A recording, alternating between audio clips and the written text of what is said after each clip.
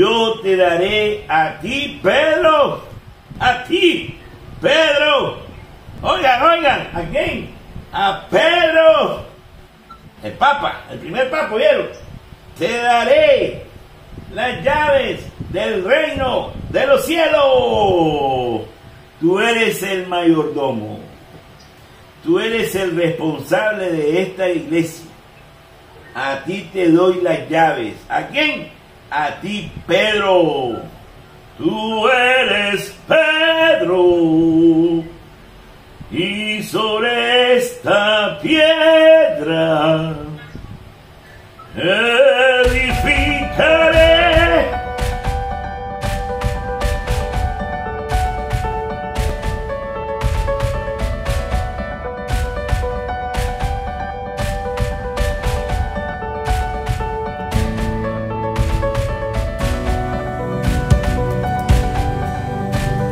Vamos a ir a hacer la ceremonia de la colocación de la primera piedra de la iglesia de Cristo. Cuando se va a construir un gran edificio, se hace esa celebración, se invitan a las personalidades más reconocidas del pueblo, se llaman a los doctores, se llaman a los jueces, a los grandes comerciantes. Y estamos aquí, señores, en la celebración de la colocación, en este terreno grande, de la colocación de la primera piedra, de lo que será en el futuro una gran iglesia. Y todo el mundo aplaude. Estamos colocando la primera piedra. Hoy vamos a leer en el Evangelio la colocación de la primera piedra de la Iglesia Católica a nivel histórico y mundial. Esto ocurrió en la región de Cesarea de Filipo. Y ese dato, aunque parezca un dato superficial, es importante. Es un dato muy importante. Y Cesarea de Filipo queda en el norte de Israel. Es la última comunidad para ya llegar después a otra frontera. La frontera con otro país. ¿Por qué anda enmontañado Jesucristo? Ya lo sabemos. Ya lo sabemos. Ya lo andaban buscando para condenarlo. Por eso el Señor andaba allá en esos lugares ya arrinconados de la montaña. Yo hago acotación de que fue en Cesarea de Filipo porque quiero después discutir si se encuentra ahí o no un dato del que vamos a revelar hoy. Hizo esta pregunta a los discípulos ahí en Cesarea de Filipo: ¿quién dice la gente que es el Hijo del Hombre? Ellos le respondieron: unos dicen que Juan el Bautista, recientemente martirizado; otros dicen que Elías, que se fue a un carro de fuego; y otros que Jeremías o alguno de los profetas. O sea, en definitiva la gente andaba como cerquita, ¿no? Miraban a un enviado de parte de Dios para que les dijera algo. Lo consideraban como mínimo un profeta. Pero luego Jesús les pregunta: ¿y ustedes quién dicen que soy yo? Y Simón Pedro tomó la palabra y le dijo: tú eres el Mesías, el Hijo de Dios vivo. Y Jesús le dijo entonces: dichoso tú, Simón, hijo de Juan, porque no te lo ha revelado ningún hombre, sino mi Padre que está en los cielos. Y yo te digo, vamos a poner la piedra ahorita, vamos a poner la piedra con que vamos a inaugurar la iglesia. Y yo te digo, tú eres Pedro, Comienza la cancioncita. Tú eres Pedro, y sobre esta piedra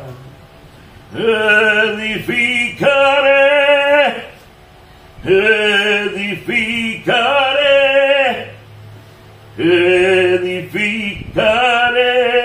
mi iglesia. A la chucha. ¿Cómo mira? Tú eres Pedro y sobre esta piedra edificaré mi iglesia. Primero. Segundo, los poderes del infierno no prevalecerán sobre ella. Tercero, yo te daré las llaves del reino de los cielos. Y cuarto, todo lo que ates en la tierra quedará atado en el cielo, y todo lo que desates en la tierra quedará desatado en el cielo. Y hoy, con estas últimas palabras, queda inaugurada la iglesia. ¡Bravo! ¡Bravo, bravo, bravo! Con estas últimas palabras hemos inaugurado la colocación de la primera piedra de lo que será una gran iglesia. Ahora viene la pregunta.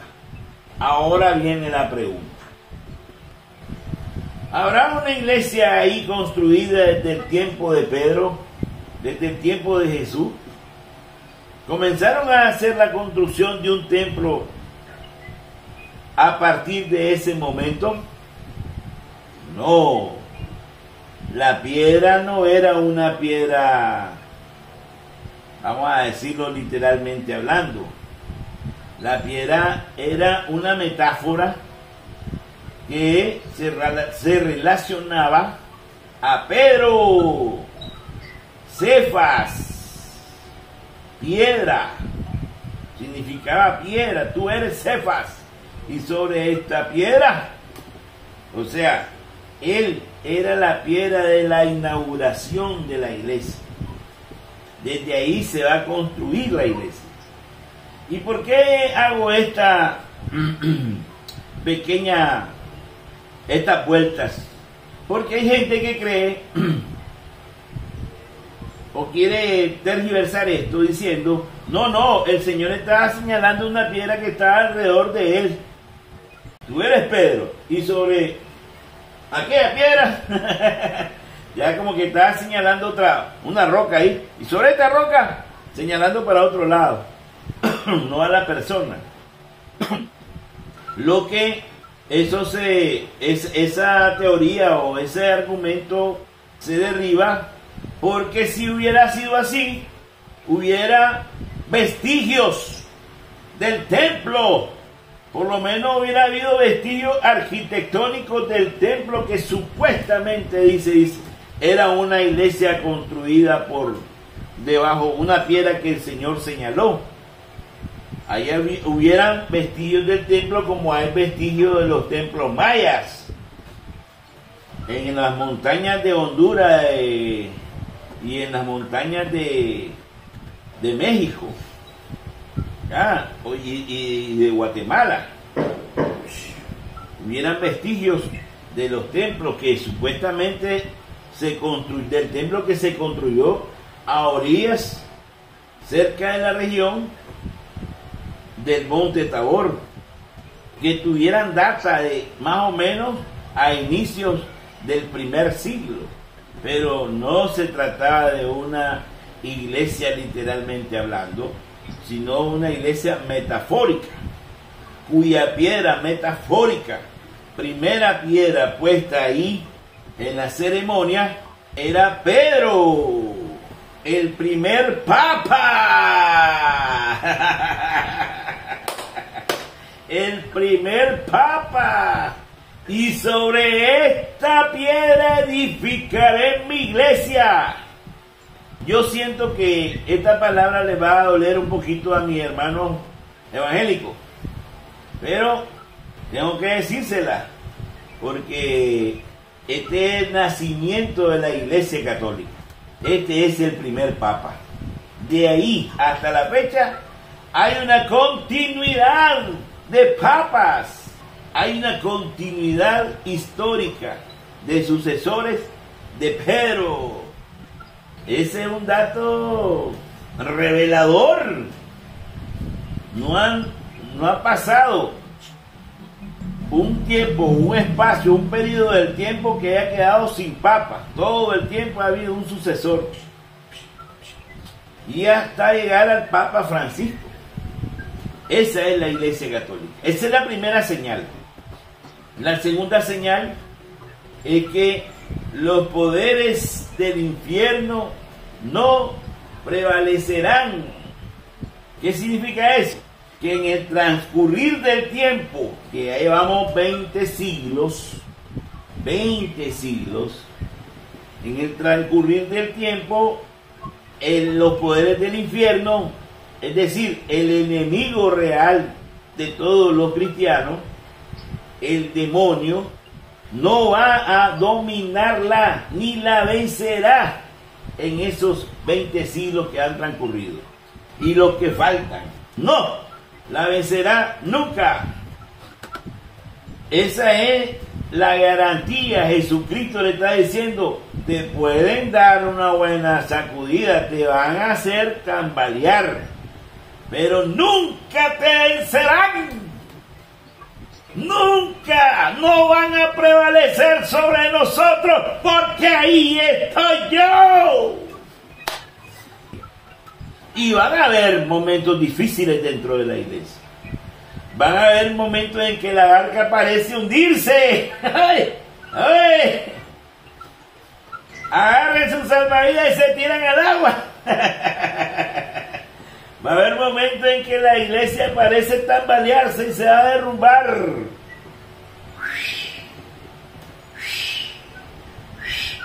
Es que eso lo habían sufrido ya los israelitas de forma literal. En la historia de Israel, ellos vieron cómo su templo, su iglesia, su templo fue arrasado. No quedó piedra sobre piedra.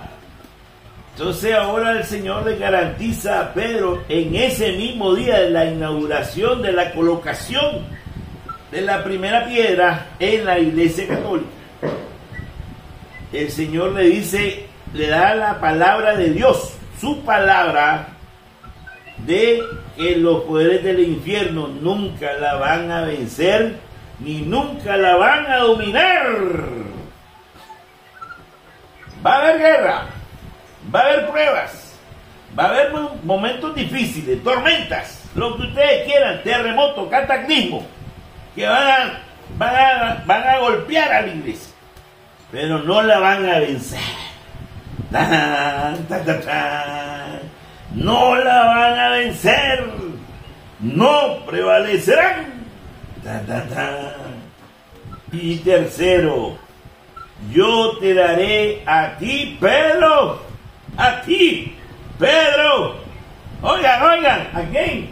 A Pedro, el Papa, el primer Papa, ¿vieron? Te daré las llaves del reino de los cielos. Tú eres el mayordomo, tú eres el responsable de esta iglesia. A ti te doy las llaves. ¿A quién? A ti, Pedro. Tú eres Pedro, y sobre esta piedra edificaré. A él le dieron la llave, para ser el responsable de esa iglesia, de toda esa comunidad nueva de cristianos que van a nacer a partir de ese momento dentro de la iglesia católica, que ya decíamos nosotros que era una iglesia universal ayer. Claro, Pedro va a ir aprendiendo en el camino qué es la universalidad de la iglesia, va a ir aprendiendo, hasta la fecha todavía están aprendiendo qué significa la universalidad de la iglesia, que todavía no ha llegado a su plenitud de comprensión. Todavía no ha llegado a la plenitud de comprensión de qué significa la universalidad de la iglesia. Pero eso comenzó hace 20 siglos. En este momento, en Cesarea de Filipo, poniendo la primera piedra, Pedro, y le dieron la llave. Es que era toda una ceremonia. Le dieron la llave, pusieron la piedra. Tú eres Pedro, la roca. Le dijeron que no va a prevalecer el enemigo sobre esa roca o sobre esa iglesia. Y cuarto, todo lo que ates en la tierra quedará atado en el cielo, y todo lo que desates en la tierra quedará desatado en el cielo. Y le dan todavía un poder de decisión. Ese es Pedro, Pedrito. Le dan el poder de tomar decisiones como representante, como mayordomo, como sucesor, como vicario de Cristo. Así de sencillo. Usted tiene toda la potestad de atar y desatar a Pedro. Y entonces esto es lo que a veces, en otro momento, platicando con otros hermanos de otras religiones cristianas, ellos no aceptan, pues. Pero eso no es nuestro problema. Los judíos no aceptan a Cristo, eso no es nuestro problema. Los evangélicos no aceptan esta palabra, no es nuestro problema. Nosotros simplemente estamos remando, remen, y estamos tirando redes. Si quieren entrar a la red, eso ya es decisión de ellos. Pero una cosa les vamos a garantizar, que si entran a la red, van a ser bienvenidos y nunca nosotros los vamos a sacar de ella. Porque ya hemos comprendido que nosotros solo pescamos, solo tiramos las redes para pescar, no para escoger peces. Eso lo hacen los ángeles. Estamos ahí. La historia ahí hubiera sido fenomenal. Sin la parte que viene, Pedro hubiera quedado casi como un semidios. Pero tiene patitas humanas. Porque después de eso el Señor comenzó a decirles que iba a padecer mucho por parte de los ancianos, los sumos sacerdotes y los escribas. O sea, yo me pregunto, de quienes menos se espera, porque son los que están leyendo toda la tradición bíblica, de quienes menos se espera, Jesús estaba revelándoles que iba a padecer mucho por ellos, y que no solo iba a padecer mucho, sino que iban a llegar al extremo de condenarlo a muerte. Pero no se preocupen, voy a resucitar al tercer día. Entonces comenzó Jesús a anunciar a sus discípulos que tenía que ir a Jerusalén para padecer ahí mucho por parte de los ancianos, los sumos sacerdotes y los escribas, y que tenía que ser condenado a muerte. Pero no se preocupen, voy a resucitar al tercer día. Jesús le estaba haciendo ya una explicación de lo que iba a suceder pronto en cuanto a su historia y quién iban a ser los autores intelectuales de su condena: ancianos, sacerdotes, sumos sacerdotes y escribas. Bueno, no se lo decía para que lo defendieran, no se lo decía para que idearan un plan para salvarlo, no, solamente estaba corroborando lo que iba a sucederles a ellos. Pero Pedro recién graduado general mayor, recién graduado como la primera piedra de la iglesia, cuando del Estado Mayor de Jesucristo. Entonces viene y lo agarra muy circunspectamente y se lo lleva a un lado, a un lugar, dice, solitario, para disuadirlo. Y le dice al oído: no lo permita Dios, Señor, eso no te puede suceder a ti. Entonces comienza el diálogo que aquí no está en la Biblia. Hay un diálogo ahí que no se escribió todo, pero yo me imagino lo siguiente. No, Señor, a ti no te va a pasar eso. ¿Por qué? Porque te vamos a defender. Vamos a ser tus escoltas. Preferimos morir nosotros antes que tú. No te preocupes. Yo siempre voy a estar a tu lado como tu escolta y no te va a pasar nada. Entonces le dice Jesús en el diálogo que aquí no está escrito: no, Pedro, eso así lo escribió mi papá, esa es voluntad de mi padre, no soy yo. Dice mi papá que me tengo que tomar ese cáliz para poder salvar a la humanidad entera. No, tranquilo. Yo sé que el Señor, yo sé que el papá Dios tiene su forma de hacer las cosas, pero nosotros no te vamos a dejar morir nunca. Sos nuestro rey, vos sos nuestro Mesías. Te acabo de decir allá arriba que sos el Mesías, el Hijo de Dios vivo, no muerto, así que no te va a pasar nada, no te preocupes. Y entonces Jesús lo queda viendo. ¿Cómo dijiste? No te va a pasar nada, nosotros vamos a cuidarte. Y fue donde ahí recibió el topetazo que le dice: apártate de mí, Satanás. ¿Qué me estás diciendo, Señor? Apártate de mí, Satanás. ¿Pero por qué me dices eso, Señor? Que te apartes, Satanás.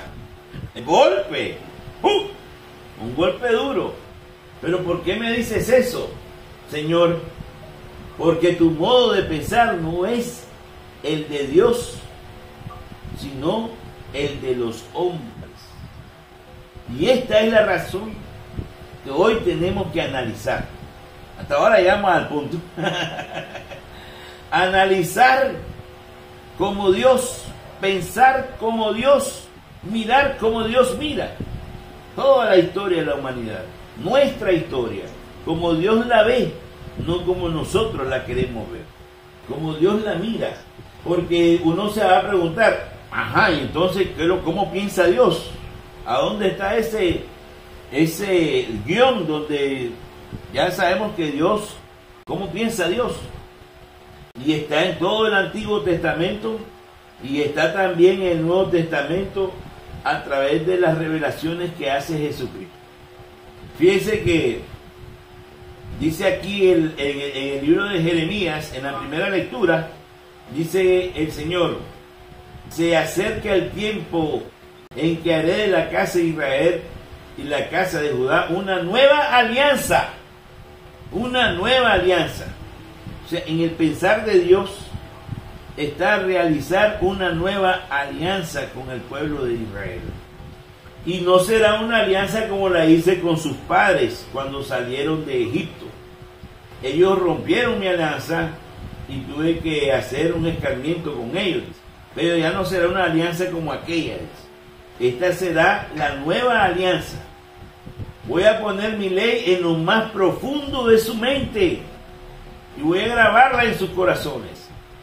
Yo seré su Dios y ellos serán mi pueblo. Ya nadie tendrá que instruir a su prójimo ni a su hermano diciéndole: conoce al Señor, porque todos me van a conocer, desde el más pequeño hasta el mayor de todos, cuando yo les perdone sus culpas y olvide para siempre sus pecados. Así piensa Dios. No pienses como los humanos, Pedro. Nosotros tenemos que pensar como Dios.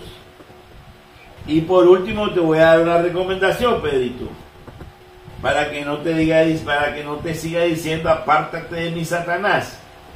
Jamás se te ocurra desobedecer una orden de la voluntad de Dios. No intentes hacerme tropezar en mi camino. No permita a Dios que te pase eso. Es que estás queriendo cambiar lo que ya escribió el Señor en su voluntad. ¿A dónde has visto que un cabo quiere refutar la decisión de un general? Se está portando como un cabo atrevido, un cabo que no sabe lo que dice, porque en este caso quiere borrar esa parte del libreto y poner él una historia diferente de la que el Señor viene a cumplir obedientemente, que sabe que no va a ser nada fácil, que si fuera él la hubiera cambiado, pero él viene a obedecer la voluntad de su Padre. Todo este plan es del Padre. Todo el plan de salvación es del Padre. Y al Padre es que nosotros le tenemos que obedecer fielmente. El Señor Jesús nos enseñó a decir: hágase tu voluntad en la tierra como en el cielo. Hágase tu voluntad. Queremos cumplirla como la cumplen los ángeles allá, aquí también. Hágase tu voluntad y no la mía. Hágase tu voluntad. Si tú quieres poner la iglesia en la primera piedra, que es Pedro, hágase tu voluntad. ¿Por qué tengo que ir a buscar otra piedrita para hacer otra iglesia? Simplemente tengo que obedecer. No, pero es que ahí son los pecadores. Ay, Carlos, ¿a dónde no hay pecadores? Decime, ¿en qué otro lugar no hay pecadores? Todos somos pecadores, todos somos peces.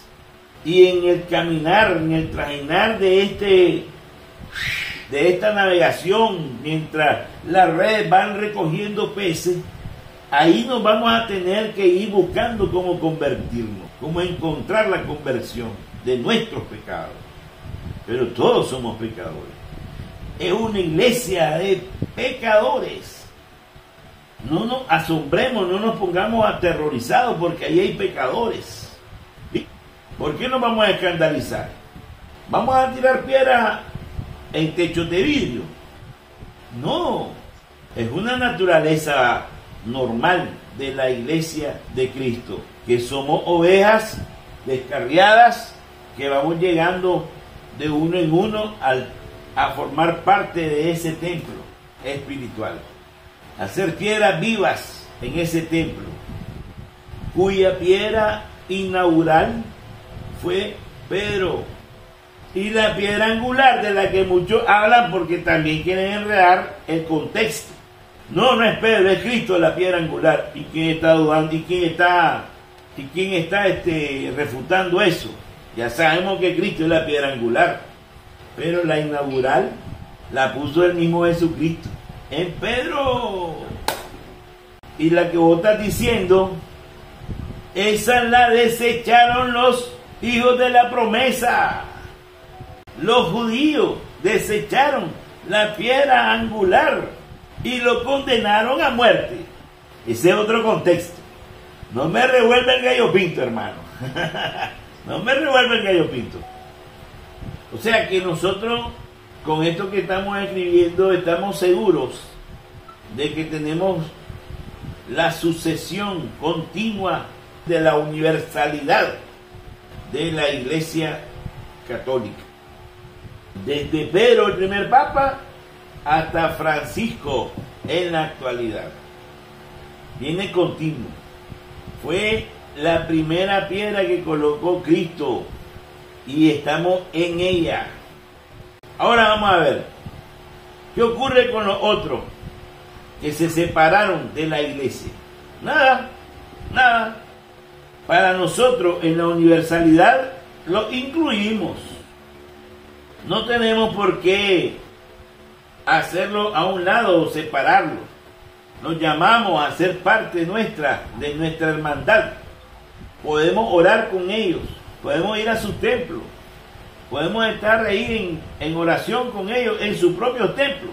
Eso lo ha hecho el Papa, lo ha hecho no solo este Papa, lo han hecho desde Juan Pablo II. Me acuerdo que me da la conciencia de acordarme algo. El Papa se ha reunido con diferentes religiones y diferentes denominaciones religiosas cristianas también, para ponerse en oración por la salvación de todo el mundo. Entonces no hay ningún problema que anden por donde anden. Lo único que tenemos que tener nosotros es el cuidado de no pensar como hombres.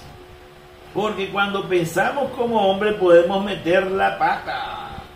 Tu modo de pensar no es el de Dios, sino el de los hombres. Y para pensar como Dios, tenemos que leer las Escrituras. Por ejemplo, vamos a ir a un ejemplo rápido. Cuando en Myanmar, oigan bien, todos ahí en Myanmar son de otro tipo de religión en su mayoría, y budistas más que todo, son budistas. Y en estos tiempos han andado de cacería de católicos. Es duro, los andan asesinando como si tal vez estuviéramos allá en aquel tiempo de Roma, que tiraban a los leones a los católicos, a los cristianos. Igualito está así ahorita en Myanmar. Los budistas, o mejor dicho, los de religión budista, que han llegado a ser fundamentalistas, creen que están haciendo una limpieza, y entonces a todos los oriundos de ellos, porque también son compatriotas, pero que aceptaron a Cristo, los miran como traidores del budismo, y entonces los buscan para asesinarlos en estos momentos. En estos momentos están asesinando a muchos católicos, hermanos nuestros, en Myanmar. Pero ¿qué vamos a decir nosotros? ¿Cómo vamos a pensar nosotros? ¿Como humanos o como Dios? Para Dios, ese sacrificio que se está dando de forma que Él no quiere, pero se está dando entre los seres humanos, ese sacrificio pasa a ser del martirio de todos los seguidores de Cristo que se asocian a su cruz redentora. Y entonces lo que quiere hacer la voluntad de Dios cuando mira esos casos es no hacer un ejército contra aquellos que están atacando a nuestros hermanos católicos, sino hacer oración con toda la iglesia a nivel mundial para pedirle al Señor de las misericordias que perdone a aquellos señores que persiguen a nuestros hermanos y que los convierta. Nosotros pedimos por la conversión. Señor, por favor te pedimos que detengas la mano de Caín, y cuando se la detengas, te pedimos que lo perdones, porque es nuestro hermano. Esas palabras no las dije yo. Esas palabras se dijeron en una audiencia y las dijeron en nombre del Papa Francisco. El Papa no puede pedir, acaba con eso que están destruyendo a los cristianos católicos. No puede hacer eso, porque así no piensa Dios. Dios piensa más bien que tenemos que amar a nuestros enemigos y tenemos que perdonarlos 70 veces 7 y tenemos que orar por su conversión. Ese es el pensamiento de Dios. Pedro estaba pensando como humano. No voy a dejar que el sumo sacerdote ni que los escribas te atrapen y te condenen a muerte. Yo no voy a permitir eso. Pero esa es la voluntad de Dios. Esa es la voluntad de Dios y tenemos que cumplirla, tenemos que obedecerla. Pero es que tú eres nuestro líder, Señor. Es que esa es la voluntad de mi Padre. Cuando ya está escrita la voluntad del Padre, a ningún cabo se le ocurre desobedecerla, simplemente cumplirla. Cueste lo que cueste. Cueste lo que cueste. Y ahí está el dilema en la actualidad nuestra. Cuando nosotros escuchamos que tenemos que amar a nuestros enemigos en la actualidad, porque están haciendo desastre dentro de la Iglesia Católica, y tenemos que amarlos, tenemos que orar por ellos, muchos católicos se resienten y hacen y buscan una alternativa como la buscó Pedro, pero no es una alternativa humana la que va a resolver el problema. Es la obediencia humana a la voluntad divina la que va a resolver el problema, la que va a constatar que la voluntad de Dios es sabia. Va a constatar que es la voluntad de Dios la que prevalecerá. Que va a haber mártires, vamos a estar ahí los mártires. No hay problema, no tenemos miedo los mártires de ir a ofrendar nuestra vida, si ya lo hizo el Maestro. Ya fue nuestro Señor, nuestro Rey, va adelante. Nuestro Rey va adelante. ¿Por qué vamos a temer? No le tenemos miedo a la muerte. Sabemos que resucitaremos con Cristo algún día. Nosotros no tenemos miedo a la muerte, pero tenemos que obedecer la palabra. Tenemos que estar firmes en la fe para seguir las huellas del pescador, para seguir a Cristo y su iglesia, para estar junto a Pedro en la nave de Pedro. Remen en la nave de Pedro. Hay unos amigos que hacen sus botecitos pequeños y se van hacen una iglesita chiquita y la ponen ahí para jalar gente. No pensemos como humanos. Tenemos que seguir cumpliendo la voluntad de Dios para poder ser obedientes a ella. Tenemos que estar cuidadosos en vigilar que nuestro pensamiento no cambie lo humano, porque cuando pensamos humanamente, puede ser que incluso el demonio nos manipule. Y ahí andamos a oír aquella frase: apártate de mí, Satanás. Porque queremos cambiar la orden. Queremos ser el dueño del libreto y nosotros solo venimos a obedecer la voluntad de Dios, no a cambiar sus órdenes. Esta es la realidad de hoy. Qué dicha, ¿no? De estar leyendo ya esto. Esta escritura ya es como una especie de advertencia, papá, para no cometer el error de Pedro. Esta ya es una advertencia, para que no caigamos en pensamientos humanos, para querer transformar la historia. No, simplemente tenemos que obedecer. Es una advertencia. Y sin embargo caemos, nos resbalamos. Nosotros no tenemos como hijos de Dios tener miedo a la muerte, ni ser martirizados por la causa de Cristo. Al contrario, ¿qué es lo que dice el Señor?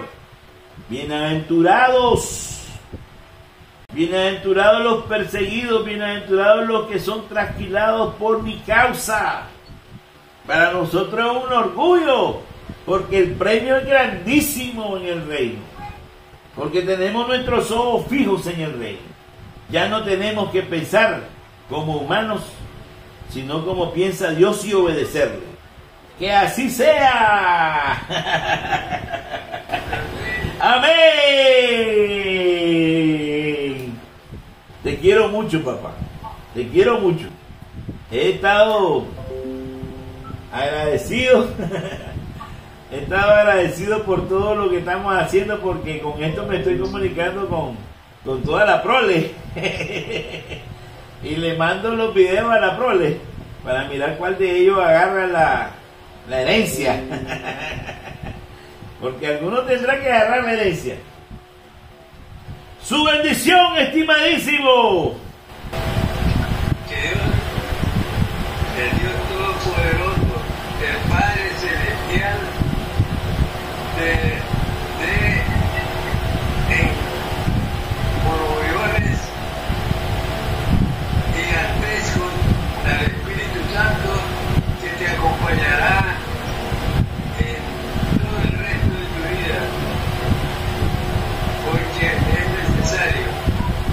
Y que por último sepamos que llegamos a cumplir lo que estamos pensando, no porque nos guste, sino porque esa es la voluntad del Padre Celestial. Amén.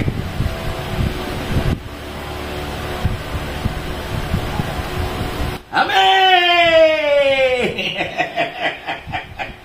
Qué bonito estás hablando ahora,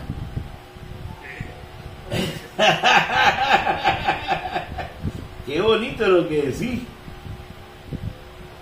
De suerte lo estoy grabando todo para que cada vez que oiga eso me llene los ojos de lágrimas. Me encantó toda esa expresión solemne llena del Espíritu Santo.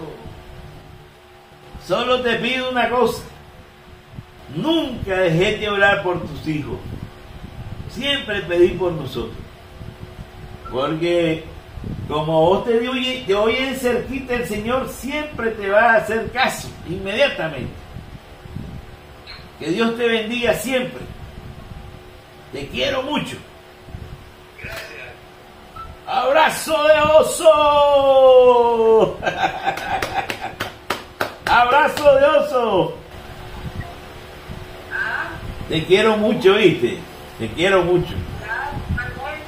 ¿Cómo has estado? ¿Cómo has estado? Bien, gracias a Dios, echar la parte de la ¡Feliz noche! Buenas noches, bambino. Cambio y fuera. ¡Cambio y fuera!